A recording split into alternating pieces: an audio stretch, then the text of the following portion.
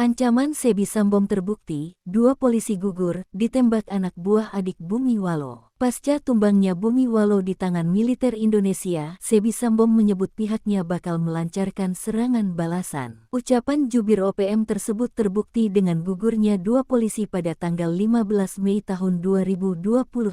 Mengutip ucapan Sebi di Facebook milik seorang anggota OPM, pihaknya memang bertanggung jawab atas gugurnya 2 anggota polisi tersebut. Sebi terang-terangan menyebut tindakan tersebut sebagai balasan atas hilangnya nyawa Bumi Walo. Bumi Walo tumbang saat operasi penindakan TNI pada tanggal 10 Mei tahun 2025.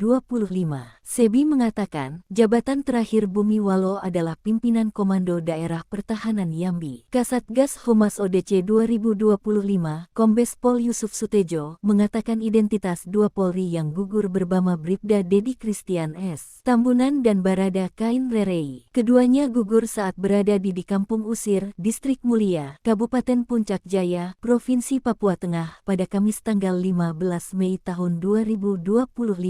Mereka dieksekusi diam-diam tanpa sempat melakukan perlawanan. Kini, kedua jenazah diterbangkan menggunakan pesawat Smart Air PEK SNN dan PEK SNH dari Puncak Jaya. Setibanya di Mimika, jenazah disemayamkan di Makobrimob Batalion B Pelopor Polda Papua. Kedua jenazah bakal dipulangkan ke kampung halaman di Serui, Kepulauan Yapen, Provinsi Papua, pada Sabtu tanggal 17 Mei tahun 2025 untuk dimakamkan secara militer. Aparat gabungan kini masih melakukan penyisiran di wilayah sekitar guna mengamankan